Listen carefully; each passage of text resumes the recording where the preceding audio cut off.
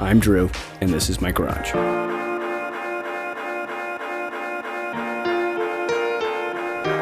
Three, two, one, and we're live. Sydney, thanks for joining us. Thank you for having me. Yeah, definitely.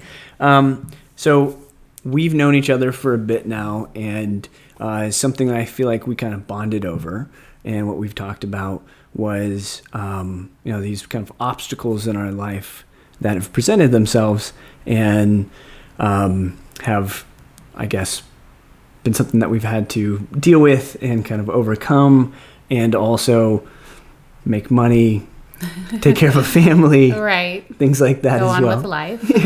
Yeah. So we were talking the other day, and you were explaining to me kind of the genesis of Sydney Ereno. Yeah. And you grew up in Fresno, is that right? Yep. Born and raised in Fresno. And your parents, and I think maybe even grandparents, were in real estate, right? That's right. Yeah, my grandparents down in Southern California, and then they later moved up to Fresno to join my parents. Oh, cool. And then my parents still sell in Fresno, so over 40 years. Really? Okay, so over 40 years in real estate in the Fresno, Visalia kind of area? Fresno, Clovis. Clovis. Yeah. Okay, is Visalia far away? It's like an hour. Okay, that's pretty far. Yeah, that's okay. I don't go to Fresno very often. Take a listing where you can get one, right? Yeah. Basically you started in Fresno. You played sports, right? Yeah. What sports did you play? I played softball, mainly softball and soccer, competitively growing up. Okay. So all the way until senior year of high school with soccer. Okay. And then when I was recruited to play softball in college, I just focused on softball. Okay. Where'd you go to school? Santa Clara University. Okay. So that's Awesome. what brought me here. Okay. Yeah. And so how old are you when you go from high school to college? Well, I was 17. Okay. So I was a young freshman when I Okay. started, but quickly turned 18. And so it was a long time ago. And that was softball that you were playing? Correct. Okay. Yeah. That's right. And basically, you played sports when you were younger. You played sports now. I mean, not now, but you played sports in college. Yeah. Talk to me about what that means. I mean, Sure. As an athlete, as that mindset, and kind of, what you've had to go through Now. in life. In life. Well, I think it applies to everything. So I grew up in a sports family. My dad played baseball at Fresno State. My mom was a competitive swimmer in high school and then later coached swimming. And then my brother and sister both played in college as well. Oh, wow. So softball and baseball. So you had to play a sport. So no pressure at all. No pressure at all. Where are you in siblings? I'm the middle. Order? Okay. The poor middle child. Okay. So did they make it to practices and things like that? Or? Yeah. Okay. We would, because there's three of us. So sometimes my mom would have to go with one of us, my dad with the other, and then the other one would be with a friend. So Gotcha. that would happen a lot. But my dad did a great job of rotating who he would coach. He coached like my sister for 2 years, then me for 2 years, then my brother for 2 years. So Okay. that just kind of carried over into, college playing and into, school, and then later on in finding a job, and then later into real estate. So first into my first career and then carrying over into real estate. So definitely that competitiveness and just drive to be the best that we can. Right. Mental toughness. Yeah, I think mental toughness is, for me, when I look back in my own small career in sports, and I didn't play sports in college. I didn't get a full ride, which I think somebody here did. But it was that mental toughness that really, now that I look back, I go, goodness gracious, I'm so glad that I did play sports growing up. There's a lot of other positive things about sports, but that mental toughness of really, either playing through pain or, just kind of controlling your mind and, conquering fears and really, achieving goals is huge. Did you experience that at all, or am I just a crazy person? Yeah, no, it was so interesting because senior year of college, I was like, oh my gosh, I've never been injured before. And no joke, I mean, my whole career in sports, I ended up breaking my jaw, sliding headfirst into second base. Oh, wow. So it was the 13th game of the season, senior year. Okay. And I'd stolen a couple bases in the first game, and it was a doubleheader. So the next game, they kind of knew I was going once I was on first base. Yeah. And I got nailed at second base, knocked out. Nailed with the ball or by a woman. Okay. By a very large woman. Okay. Yeah, and I shattered my jaw. So I had a broken jaw, wired shut for 5 weeks. And, wow. That was really humbling because I was able to, go from being a starter and just be a cheerleader the rest of the season. No kidding. Senior year. Yeah. Which is not when you want to do that. Right. Wow. Yeah. So, and I did come back for the last few games with a football helmet. My dad made me wear a helmet with literally something across the face. Right. But that felt really good to come back, and I was more determined than ever to get back out there. And I think that's just probably an example of, just keep going no matter what happens and that's whatever crazy. curves life throws you. Yeah, or a foot or an elbow or knee or whatever. Knee, chin.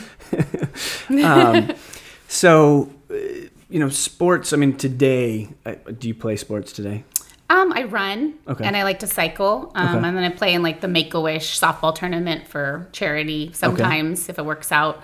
But no, I mean, mainly I'm doing work and kids and, working out as I can. Right. Yeah. Family. Life. Exactly. Yeah. And I think that's kind of a shame in some ways, but in some ways, it's like you can draw those things that you learned as you grew up, right? There's a lot of things we don't do anymore that we did when we were kids. Exactly. Or bigger kids. But you can still, you can benefit from them. And, for you, going through even something simple as, not simple, but, breaking a jaw, that's very painful. Right. But in the grand scheme of things, does it change that much for you today? Yeah, not really. I mean, it was a learning experience. I just look at everything as, little obstacles. I mean, there's some that are bigger, some that are smaller, but you know what? With each one, we're learning something new. And for that one, it was like to be a team player and to, just, encourage others. And, it was different from going from being a starter to watching. And I actually really enjoyed it. So Nice. Yeah. What did you get your degree in?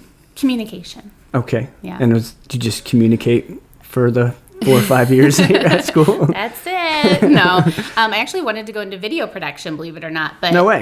Yeah. I know a guy that does that. But it conflicted with softball practice. So we had to, and being on scholarship, it's like I didn't want to, have that conflict. Yeah. Which is a little unfortunate. Sure. But I ended up having an emphasis in journalism. Okay. So, okay. Yeah, that's what I did. And obviously you graduated Santa Clara. Yeah. And what did you do after that? Right after that, actually, I did not have a job right out of college. I was holding out for an internship with the San Francisco Giants in marketing, and that wasn't going to occur until the following baseball season. So I got out of college. I nannied for my cousin's kids for a few months, and then I applied for that job, and there were hundreds of applicants. I ended up getting it. No way. It was an internship, $3,000 stipend for the whole season. And the season's how long? They play like 1,000 games. 8 months, 6 months? Yeah. So it's from I started in February and it went until October. So you weren't making a lot of money. You weren't probably making the but it was ends like meet. the best job ever. I mean, I got so much cool experience. I got to go on the field. I got to help put scoreboard messages up and celebrate people's birthdays or proposals and, do junior announcer in the third inning. So it was really, really fun. It didn't pay a lot, but that was right around the same time when I started thinking about getting my real estate license on the side. Okay, and what year was that? Oh, gosh, that was around 2003, 2004. So I ended up getting licensed in 2004. Okay, so you got licensed in 2004, and you got licensed while you're still working at San Jose. San Francisco. San Francisco. Yeah, yeah. And then they didn't have a job as the season was over, so I applied for another great job at KMBR Radio. And I worked there for about 2.5 years. Okay, as a disc jockey? Yeah, totally. No, I was marketing and promotion, so behind the scenes kind of helping the personalities. And, sure. And as you were doing that, you already had your license, so you were kind of selling real estate on the side. Right. I couldn't even, pay my rent and all the parking tickets I was getting. So you were living in the city. Living in the city. So my parents were like, okay, Sydney, you need to maybe think about doing something else on the side. And so they encouraged me to get my license. Kind of like, I don't know if you should do this. I don't know, because the career, what it's like. So, so I got the license, went back to Fresno. So they were not, they were like, you should do this, but also kind of, hey, fair warning. They warned me. Okay. I can't say I wasn't warned. Yeah. All right. No, I love it. But yeah, I mean, there's ups and downs. It's like a love-hate relationship, really. Right. So what's the love thing is what? The people? Yeah, the people, the endless opportunities. I mean, and just applying it to marketing, like I love that. It's just you work for yourself. You can basically make it what you want. Yeah. And there's a cap for some people what they can make, and for us, it's endless opportunity. Sky's the limit. Yeah, sky's the limit. And you were working at KBR, and you had that marketing background. Yeah. Real estate, there's a little bit of marketing I think you have to do, right? Definitely. So you were today. able to kind of draw some of that? Mm-hmm. Okay, awesome. Yeah, definitely. And what did you do? I mean, you were going to, you were working, you were selling real estate on the side, which lots of people do. What is that, like open houses on the weekends kind of thing? Yeah, and I was traveling all the way to Fresno. So anytime I didn't have to work on a weekend, which was maybe a couple times a month, I would go home to Fresno, hold an open house with my dad, or maybe he would have a buyer and he would let me show property. So I kind of picked it up on the side a little bit. Okay. And then after the first couple of paychecks, I'm like, this is nice. Very different than the $3,000 stipend. Yeah. So I was like, I think I could do this. And then Gotcha. What year was that? That was in 2006. Okay. Yeah. And that's when you were started closing consecutive deals. Yeah. And then and my husband, we were getting more serious in our relationship. We were not engaged or anything. So I was starting to think more like long term. Like, I don't know if I can do this and provide for a family. Do this as in KBR? Sports marketing. I mean, I looked at the room for moving up and, how many hours I was going to be putting in. And I wanted a family. So that's just something. And it's set hours. It's from here to here. And it's, you can't take off for half an hour to go drop off a kid at school or something. And that's another love thing about the business. I love that I can do that. I love that I can just, if someone needs me, I can just drop everything and go. Your schedule is your own. Right. Sort of. It is, for the most part. Right. Yeah. You got to take care of your clients. But, I mean, you're like, hey, I can drop off my kids and just set it up that way. Yeah, definitely. Okay, so getting serious with your now husband. Yeah. It's 2006. Right. We've sold a handful of homes and helped people buy and sell in Fresno. 2006 was about the time I entered into the industry. Oh, when you were 15? I was 12. I was 18. Oh my gosh, yeah. And that was pretty wild of a time. It was. So were you full-blown real estate at that point? Yes, middle of 06, went home to learn the business and really started in the Bay Area From in the 2007. whole family, by the way? Yep. Okay, because now grandparents are in Fresno. And office meetings were so cute. Yeah, my grandma's in there. She's a little forgetful, you know. Okay. Got my dad's cousin, my aunt, it was cute. Wow. It was fun. It was a lot of fun. But obviously your family, they taught you a lot in real estate, I imagine, with 40 plus years in real estate knowledge. Yes. Okay. Yeah, I would have a weekly meeting with my dad's cousin. I call him my Uncle Tom. Okay. Where I would just learn like literally a couple paragraphs in an hour on a contract. So that was training. No kidding. So every week for a year basically until I moved back to the Bay Area, I'd be learning the contract. I think we spent 3 or 4 months on the purchase contract. Really? So, I mean, I know it's changed a lot since then, but that was But you keep up with the changes at that point. Yeah, like how do we explain this to clients? Right. Yeah. And knowing the ins and outs, because when I talk with real estate agents in my capacity as a mortgage lender, typically it's like, hey, I see you wrote in here about contingencies, or you wrote this in about, personal property. Yeah. It's pretty basic conversation that I have, but every once in a while we have to get really deep in a contract for something, and it's surprising what people either know or they don't know. Yes. Because they just kind of look at it as this template, fill in the blanks, and be done with it, where it's an actual legally binding contract. It is. And you have to be prepared for that. Yeah. And sometimes, especially the engineers are, around here, they pick apart the contract, so you need to know it. Yeah. And you're the one helping them, write this offer. Exactly. So you better know it. Yeah. So you learned all of that. Yeah. I wish I was still doing it. I wish I was still having training once a week because it's changing so much. Okay. Yeah. So in 2006, you made the kind of location move of focusing more business in your hometown or your now where you live, which is San Jose. Yeah. It was middle of 2007, right before we got married. So he ended up, I think my husband proposed. Maybe he was worried I was going to stay in Fresno or something. Okay. But he proposed, and so brought you back here. Yeah. That whole year, I focused on learning the business and planning a wedding. Gotcha. So then came back when we got married in 2007 and basically started here. Was there a discussion between you and Mike of Fresno, San Jose? No. I always wanted to come back. Really? Why is that? I loved it. I loved it here, the opportunity. His family's here. I mean, it might have been a small discussion. Raised here, right? Yeah, he's born and raised at Willow Glen, actually. Okay. So where we live now. Yeah. But yeah, no, it was never a discussion because a lot of our friends still lived here, and it's kind of where we wanted to build our life. Gotcha. Yeah. Okay. And where you go to school, usually, people stay around there, and so you've got those college friends, and he's got, childhood friends possibly. Right. And you can see the community. Willow Glen's where you live today. It's a nice area. It is nice. Yeah. We could have been neighbors.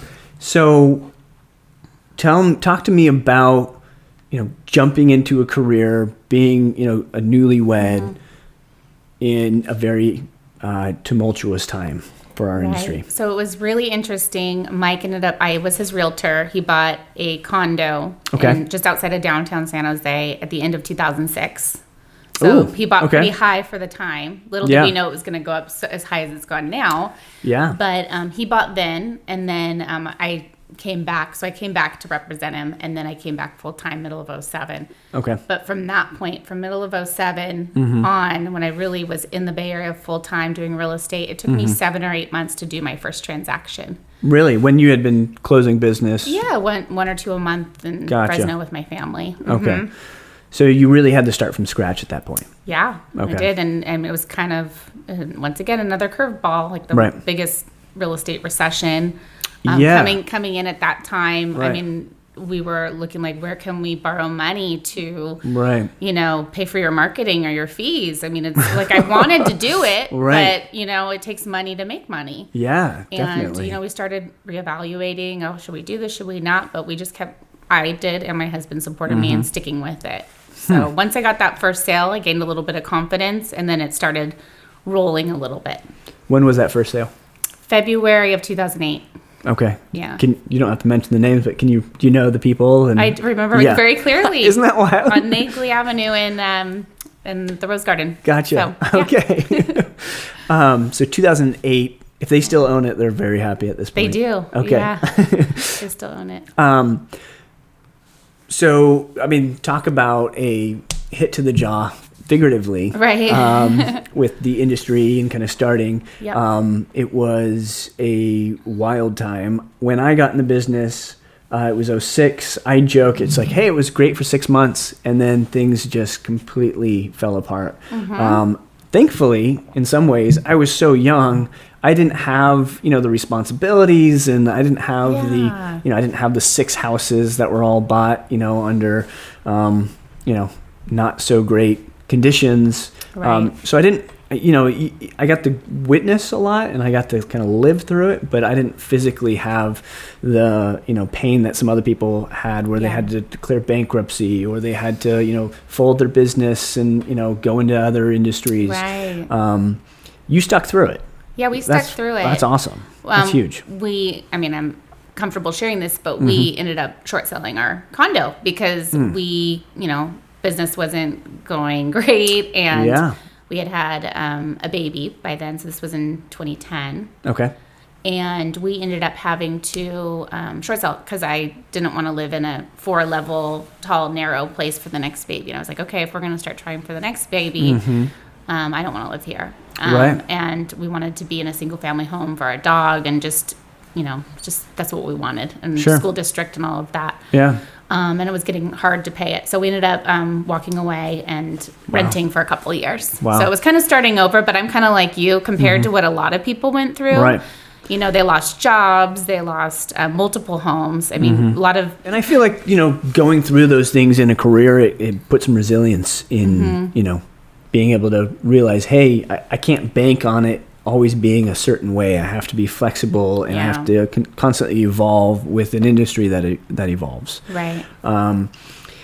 So, I mean, the thing that I always wonder is if you're selling real estate and you rent a home, how does that work? There's plenty of real estate agents that I know that rent homes, and it's kind of like the same thing. Hey, I've bought. You might be dealing with people who've gone through short sales. I actually was able to, understand them more. Yeah, and we could. I was doing a lot of the short sale business because that's where it was. I'm like, hey, I'm going through it too. Right. Or I've gone through it. You can empathize with them. Yeah, so I actually looked at it as, hey, we're in this together. Like we're all going through it, and it made them feel less alone. Gotcha. Yeah. Gotcha. So okay. I think it actually helped with my business to do that, and I jumped on board with other agents to do short sales because I didn't have, even in 2009, 2010, I didn't have that kind of repeat business yet. That bread and butter, referrals, past clients. Right, a deep database that you can kind of pull it was from. Getting there, but not quite. Right. And then, when was your first repeat business? Do you know that one off the top? I do, I think. I think it was around 2010. Okay. Yeah. Okay. And Maybe that, to me, is a huge compliment to yourself that when you get that repeat business, you're like, okay, I did it right. I mean, it takes a while because they have to sell and buy again or buy another home. So it's not like it happens overnight. But isn't that exciting? It is exciting, yeah. And that same person has bought 3 times. Okay. And sold 3 times. So gotcha. I've worked with, he likes to move. Yeah. But also, I totally lost my train of thought. Okay, well, let's move on. So 2010, you got your first repeat business. What was kind of the first time where you go, okay, I feel like me staying in the business made sense, paid my dues, and I feel successful now. To whatever. I would say, it was especially after having kid number 2, because your expenses are getting higher, and if you're both working, then So 2010 was when you had the first Brooklyn? child, okay. yeah. And then Brooklyn, 2012. 2012, 2 years apart. Yeah, Okay. 2 years apart, and so I would say it was around when I was pregnant with him. Okay, like really reevaluate. Am I going to go all in, or am I going to, kind of come back and maybe do this on the side, which I don't really believe in, but Sure. or are we just gonna? It's about what kind of lifestyle do you want. So how do you do that? You've got 2 young kids, well, 1 kid and 1 on the way. Yeah. How do you fit life and work together? Well, we're super lucky. My husband's parents, retired teachers, they help us out. My parents live a couple hours away, so if we need them, they're willing to drive over, even though they still work and have careers. They're willing to come over. Gotcha. With my flexibility, I usually take, a day off during the week. So usually that's Monday now, but it used to be Wednesdays. Okay. And you can kind of help with the kids and volunteer at school or just be a part of that kind of life. Just kind of something a little, just try to keep that balance a little bit. But we have like a big, first and foremost, we have a lot of support, which is great. I don't know how people who don't have family and who don't have, friends nearby, like how, now we just have, a tribe. Yeah, we just have a tribe and it's great. We all help each other out. Yeah. So I think it's that. And then, just knowing that, hey, if we want to stay in the Silicon Valley, if we want to have a home again, if we want to have a single family home in a good school district, we both have to work. So it was kind of like, are you in or are you out? I knew that if only one of us worked, it was going to be a little bit more challenging to do that. And I had already built it up that far. I wasn't ready to quit. And I'm not a quitter, right? It's like that athletic competitiveness. Right. I think that comes back in like, I can do this. Right. No one's going to... No. Sometimes it gets me in trouble because I feel the same way. It's like, I can do that. Like you don't even know, the first website, first real website that our company had, I made myself, right? Which is completely stupid. Yeah. Right. But I learned how to code. I learned all this stuff just because I felt like it can't be that hard. Yeah. Right. And then I stayed up till 4 a.m. for weeks on end and didn't have kids at the time. Yeah. But it's like, I learned that and I can speak that language and it's great, but I don't get paid to do that, so why was I Right. doing that? Right. But I have that drive of I can do it. Right? Why not? And the same thing with business. It's like I can be successful in this business, right? Right. So 2010, you have Brooklyn. Yes. 2012, you have Graham. Yep. Okay, 2 years apart. Yes. You're a full-blown, full-time, full-service Yeah, agent. always have been. Okay. Took off a few months each time I had the kid, but I was still. My husband jokes around. I'm like doing stuff from delivery room and Right. But I wasn't in the office for a few months after each kid. Right. Yeah. And that's the thing. Is like, what does that really matter? I know. You're available. You're in business. We're never on vacation really either. So Yeah. yeah. Okay, so 2012. When was the time where you go, boy, I'm crushing it in whatever kind of sense you want to consider that to be? I would say, well, when I started, it was like this mental shift. Like I know, like a lot of my friends were starting to think about staying at home after their second kid. Okay. And I saw like a battle even with myself. Like I wanted to stay home, but I wanted to be career. But I also knew I couldn't do both. And so it was more about being present when I was at home and just kind of making sure I'm, really trying to achieve that. And then when I'm at work, I'm at work. But being full time, I wasn't going to play the game of trying to like have the kids every day and try to run and show property. Right.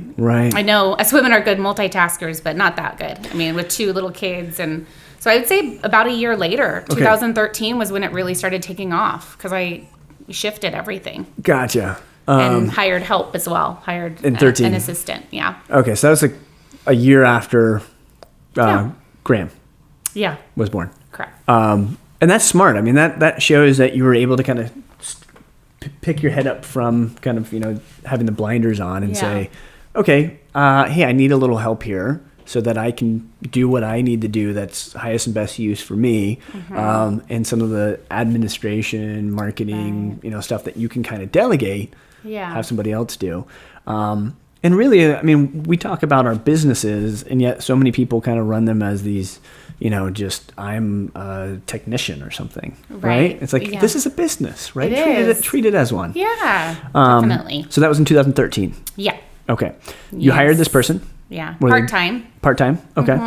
And what was the outcome of that? Well, I quickly realized I needed someone more than 10 hours a week. So I went from 10 hours to 20 hours. Okay. And for a couple of years, I had someone at 20 hours. And I also made the shift from changing companies.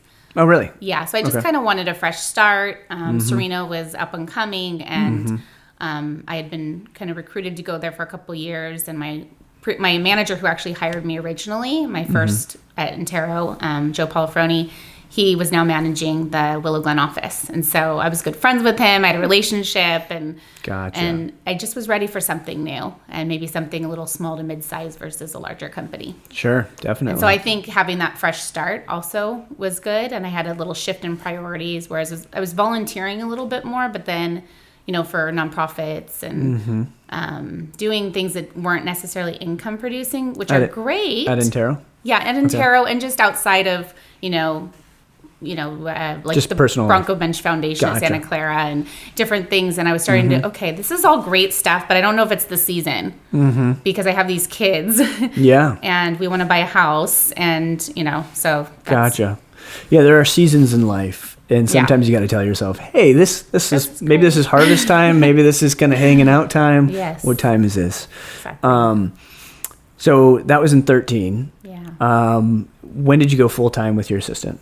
Oh, I believe it was around 2015. Okay. So full time was 2015. And do you go by, is it assistant? Is that I've always hated that word. Yeah, me too. I'm trying to come up with like something, if you ever come up with anything, let me know. But something, because it just sounds so, it's like a teammate. It's a team member. Team member. Team member. I think that's better. I'm kind of saying assistant, but it's like more, because they are doing more of the busy work. But I have to say that, especially the gal that I have now, she's coming up with a lot of the creative ideas. And so it's like assistant doesn't really validate what she's doing. Well, that's awesome, because, something that I have conversations with Brendy, my wife, about is, hey,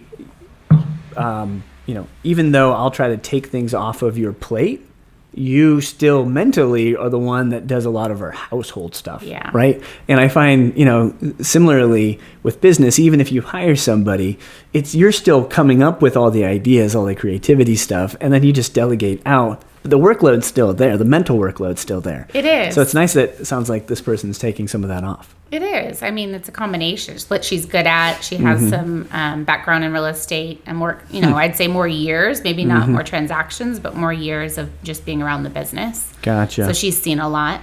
Gotcha. But I've had Just history. I've had a couple different assistants, but I find that this woman's great because she's been around it a long time. Gotcha. Yeah. Okay. Talk to me about production numbers. So you're ramping up, right? You've built your business now. You've got, it's not just you, right? And that's the tough part is when it's just you. And I don't know exactly how you've structured your business, but when it's just you and you're spending time with your kids, Sydney Ereno real estate is closed, right? And then when you come back, it reopens. And there's that tug of war of, I'm with my kids, but let me just check my email, right? I know. Let me take this call, right? That's just part of the business. We have to do it. Certainly. But there's times where we kind of probably should put it down. So I'm working on that if I can. Work in progress. A work in progress, yeah. But with that assistant kind of expands your reach a little bit. It allows you or your company to be available a little bit more often and gives you a little bit more flexibility. Yeah. Let's talk about the last couple of years. So let's talk about 2016. 2016. How much production would you say? And I know I'm catching you off guard here. Yeah, I mean, I'm going to ballpark it. I know the last few years more precisely, but probably 15. Okay. And then 17? 20. Wow. Yeah. 16 to 17 was a big jump. Yeah. Okay. And then what about 18? Oh, I'm sorry. No. So I think it went from 20 to 24. My bad. Around 20 to 24. So 16 was 20? Probably around 20, 19 or 20. Gotcha. To 24. Yes. Which is 2 a month. Yes. That's a lot. And then 18 was 21. I believe 21 transactions. And gotcha. So I dipped a little bit, but that, had a little bit to do, I believe, with what I went through. And what did you go through? Well, the question of it all. Yeah, I know. So, and I have so much to say about it. But in January of 2018, I found a lump.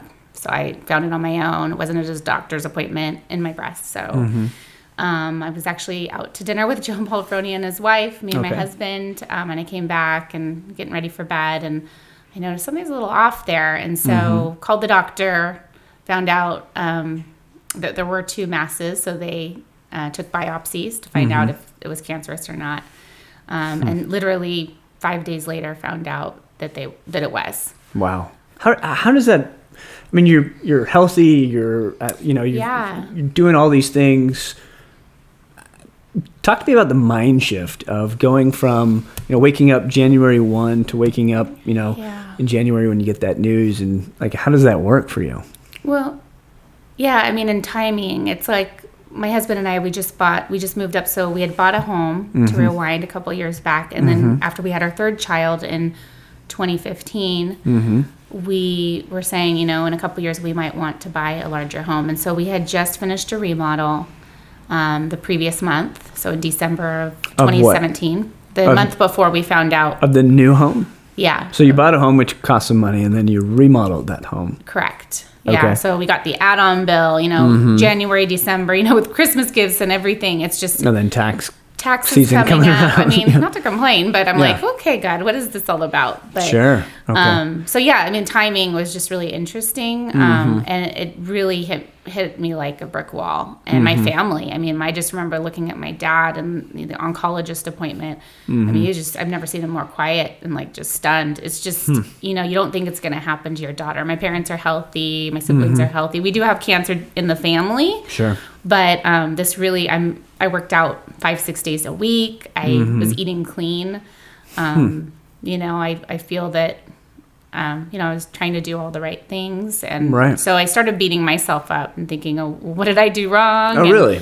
Yeah. It's, you ask yourself a lot of questions, but it's just, it's like, where did I go wrong kind of thing? Yeah. But it's really, not anyone's fault. It just happens, and it's more prevalent than you think. I mean, I know 4 other moms at the elementary school have had it in the last few years. Gotcha.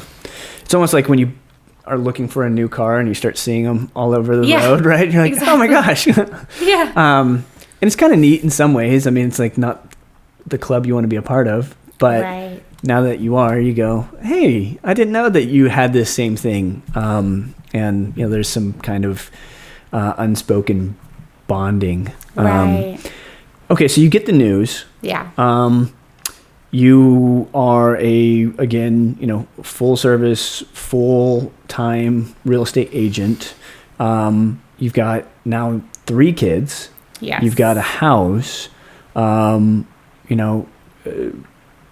Talk to me about how that, works for you. I mean, yeah. Did you just kind of like throw up your hands and go, okay, I'm done? Not once. Yeah. How do you even deal with something like that?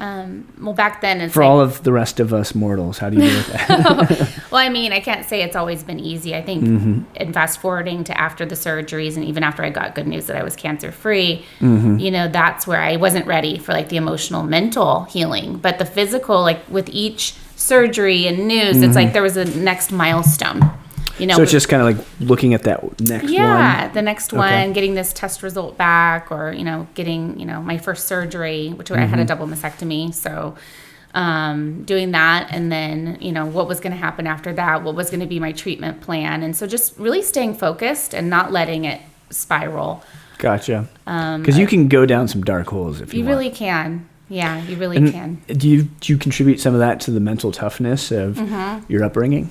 Yeah, I do. And to, my big why, which is my kids. I have to be there for them. I want to be there for them forever. And so at that point, for the first time in my life, I never really thought I wouldn't. Right. But for the first time, I'm thinking, wow, like I might not be here. I don't know this unknown. Like I could, like mortality kind of. Yeah, it could be in my lymph system. It could be, there's a lot of unknowns, but I just had to stay positive. And then I had like my sister and my mom and my in-laws and my husband and lots of good friends. They're supporting. I mean, like overwhelming support, which was great. It was great. And I think that helped too. Yeah, I mean, raising kids, really nice. And going through something as trying as, a health scare like that, I mean, that's huge. I mean, cancer is no joke. I thankfully haven't had to deal with cancer in my, life and with the people around me. Yeah. But, we've talked about this a little bit. And, when we were talking about getting on the show, I said, Sydney, I'd love to have this conversation with you on the show. I know it's very personal. But, for me, we've talked, my son, I've got one with, medical needs, very special medical needs. And it's been really trying for me because, you don't know what the future holds. But then you ask yourself, well, boy, did I ever know? Yeah.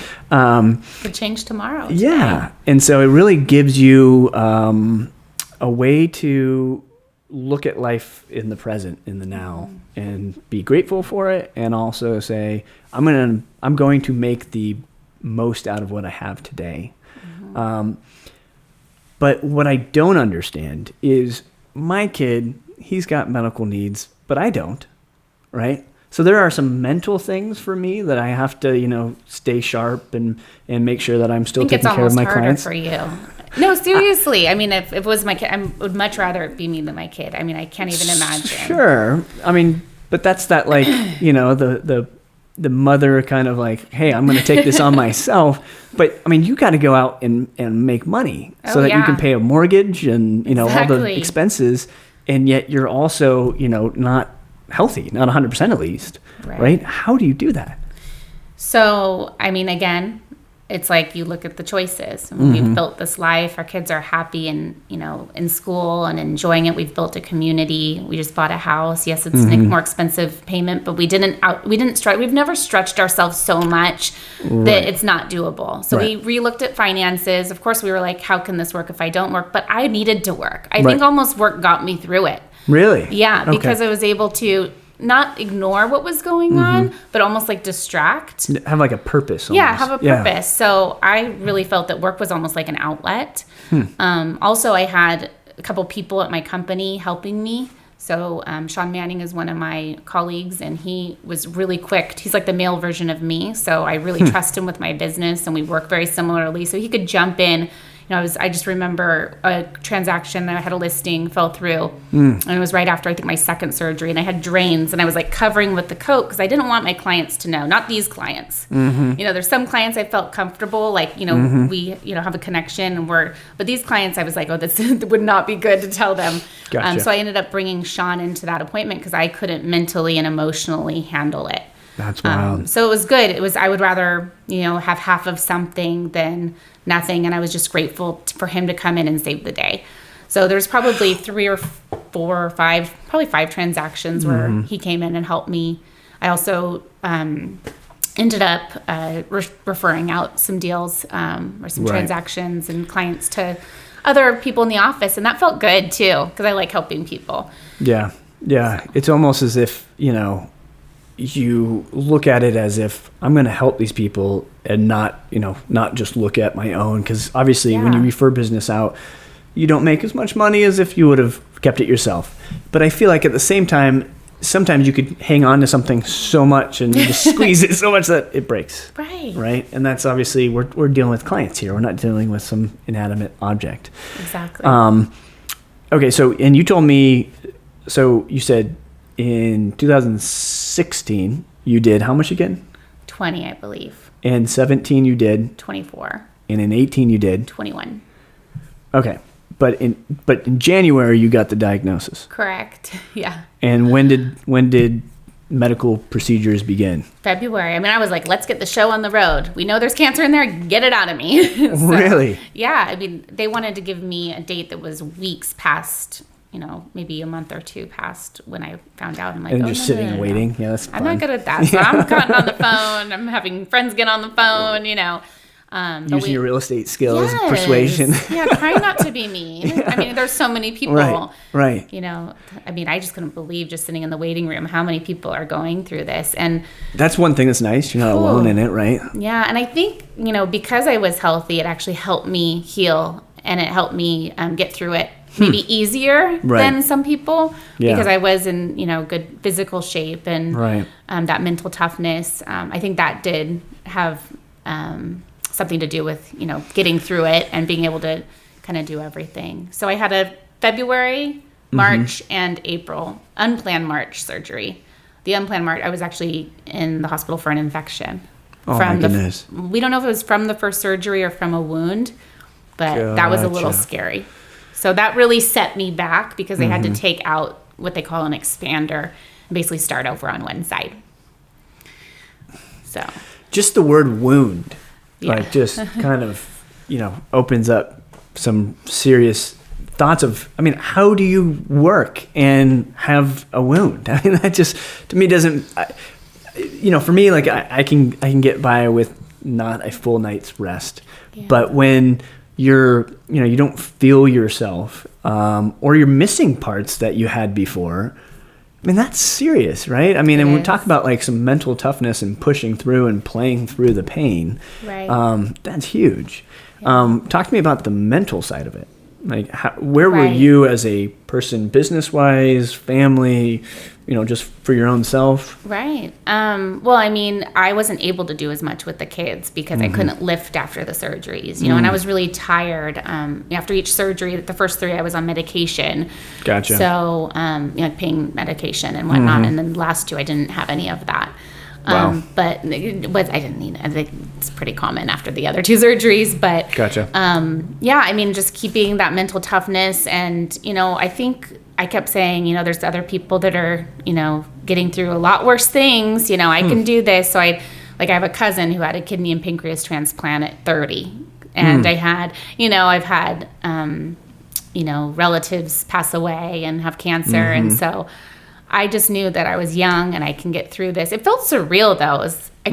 I couldn't really understand, like, why is this happening? That was what I kept asking myself. Why is this happening? Why is this happening? Why is this happening? Right. And then when I shifted to, like, this is happening, just deal with it. Interesting. It got better. And then, but interestingly enough, after the third surgery where they did they took lymph nodes out to make sure it hadn't spread. I got good news that I was cancer free, but then I was like, what next? What does this all mean? Like, what do I do differently? Because even people ask me that. They're like, right. Well, so what are you doing differently now? I'm like, well, not really anything. Like, because I felt like I was healthy before. Sure, I'm going to try to look for organic products and, household things and, just be a little bit more aware. But I really felt a lot of illness has to do with stress, especially adult illness. So, do you have any stress in your life? Just a little, just a little. So everything we were talking about was stress. I know. So I think, it's hard to eliminate stress, but I think as much as I can reduce that, I think that's going to help. I feel like just in life, sometimes stress is good, but you have to have that release valve. Right? Yes. Otherwise, you just turn into this big old pressure cooker, and then you're going to explode. And I didn't have that because that was working out. So I couldn't work out. Yeah. Do you find something else? Like, hey, I'm going to get into crocheting or something? Or, what do you do? I would try to meditate a little bit. I would try to read. Mm-hmm. I just tried to I could walk, I couldn't go running like that hardcore run. I couldn't do like cycling and weights. Right. And so the heart, pumping stuff you couldn't do. I couldn't, but I'm realizing even now as I can work out again, maybe I was going too hard. So that's another thing. It feels like I was maybe going a little too hard in every area of my life or trying to and pressing at 110%. So I'm starting to think, and this is so hard, but going at 80% is okay. Right. Because then I was having nothing left when I was really pressing hard and, having these great years in production. I had nothing left to give my family. I was so tired. But were there things that you thought were valid that you could have done better? Yeah, definitely. And I feel like my kids are still at a young age where, those kind of changes can take place. And, listen, I was still a great mom and strive to be a good wife, but I was just trying, to do everything. And I wasn't, I was doing really great in work, but it was kind of, in really great shape, but it kind of felt like it was all about me. And so shifting to being about, the kids, and even if that means giving up a deal or two. Like I take Sundays off religiously. Really? Yeah, I take Sundays off. That's big in this industry. Right. And I will, on occasion, if I have an amazing listing, like maybe twice a year, do that, but then I'll take another day off. Gotcha. It's almost a time slot where you have to move it somewhere else. It's just, I really strongly feel in downtime, believe in downtime. So I had a lot of downtime with these surgeries. I had forced a lot downtime. Yes. I watched a lot of Netflix. That was an outlet. Like comedy relief. Yeah. Laughing is great. Yeah. Laughing is a great medicine. So, that kind of thing. You got caught up on all your shows. Caught up on shows. I'd have friends come visit. Just like...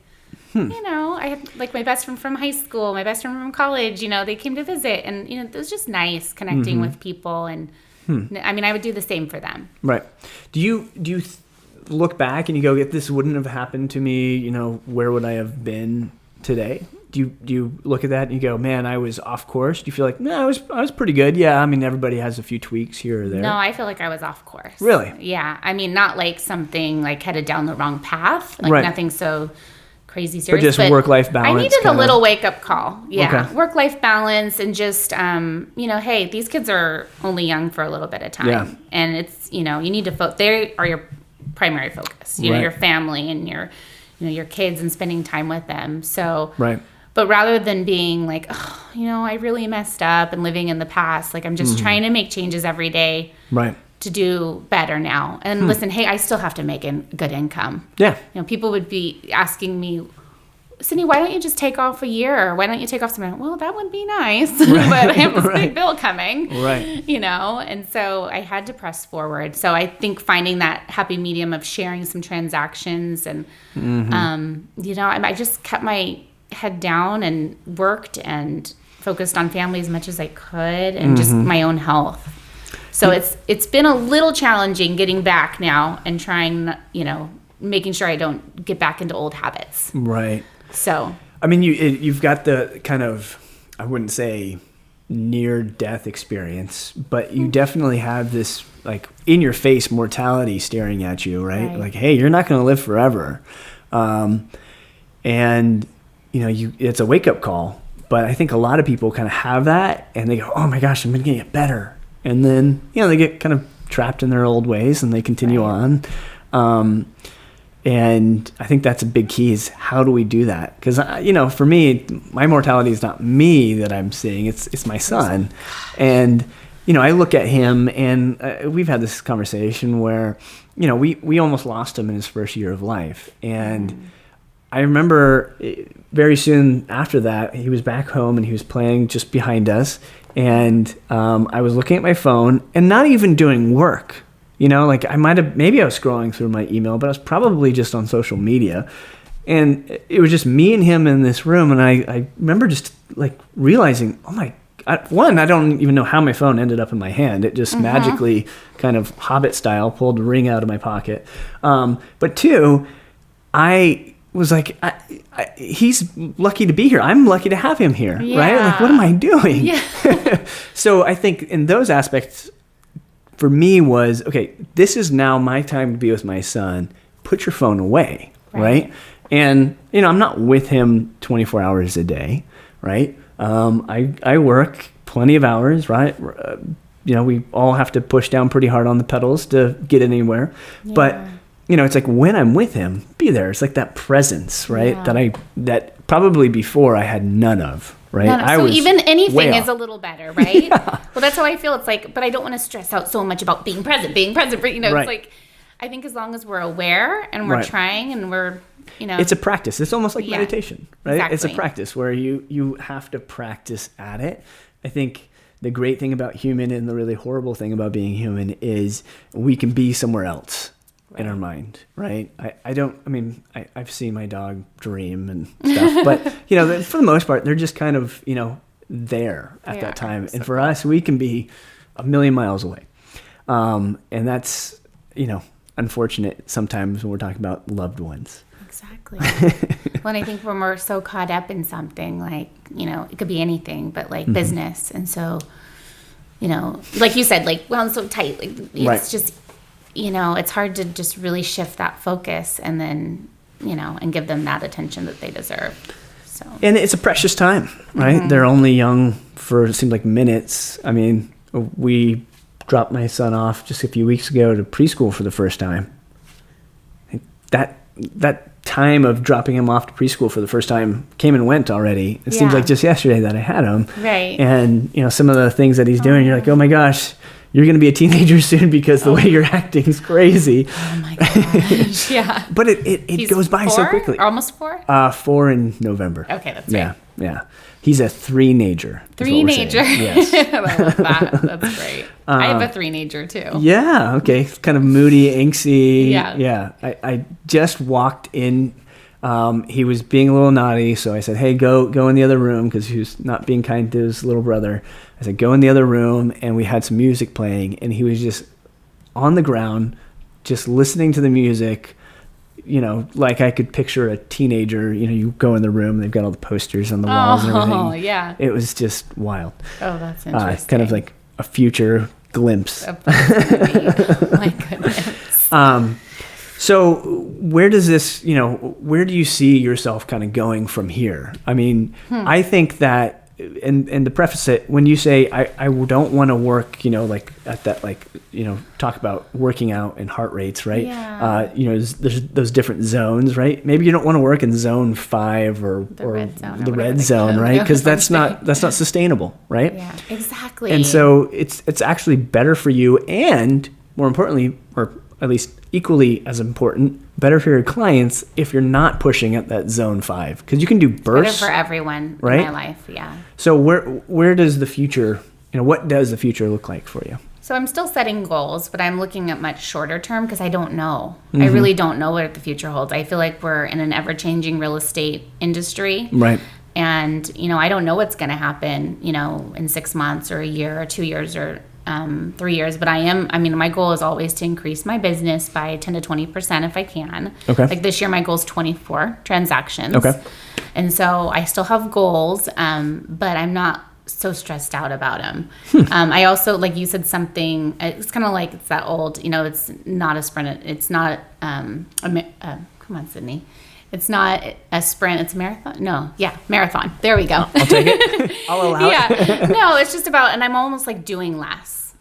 So I feel like just deciding to do less to get me, sometimes you have to take steps backwards in order to go forward. So I'm just kind of stepping back a little bit and realizing it's more of a marathon. And, this is going to be, we have a long life. Listen, some people get diagnosed with cancer at 60 or 70, but I was 37. Right. So I have a lot more work to do. I have more life to lead. I have a lot of parenting. So a lot to do in my life, and I don't want to burn out. So I felt like I was on track to burn out, and now I feel like, okay, I've kind of reeled it back in. Right. And it'd be great to produce. I think that it can organically happen. Like even last year being sick, people are like, how did you do it? I mean, that's the marvel for me. It makes no sense, to be honest. Right. But I had systems in place. I had systems in place. And it shows the amount of work you put in. And I had a lot in the hopper coming into that year. I mean, whereas incredible. Like this year, I'm like, where is it? No, it's coming. It's just a little bit later. But last year I had a lot coming. I knew that I was going to have a strong spring. Right. And it just, and I'm in that probably like you too, where you're getting more repeat business, you're getting more referrals. I'm kind of hitting my stride as far as career goes. Right. And so I want to embrace that, but I don't want to drive so hard that I'm burning out. Yeah. If that makes sense. Yeah, absolutely. It makes, perfect sense. So, but it's a constant battle because it's easy to get wrapped up in, a transaction or be like, look at the person next to you and see what they're doing and comparing. I mean, it's still, that's human. But, I think as long as I just keep revisiting my goals and seeing where that goes. Now, I don't know where we're going to be in 6 months probably 6 months, but like a couple years, 10 years. But I'm just taking it day by day and I'm appreciating each day and living in the moment and trying to stay focused on my goals. That's awesome. Yeah. Thank you so much for coming. Thanks I for really having appreciate me. it. Yeah. It's been fun. It's so fun. Thank you. And thanks for opening up. Absolutely. Hey, thanks for tuning in to another episode of Drew's Garage. Be sure to like, subscribe, share, comment, or do whatever you do best. And I'll see you next time.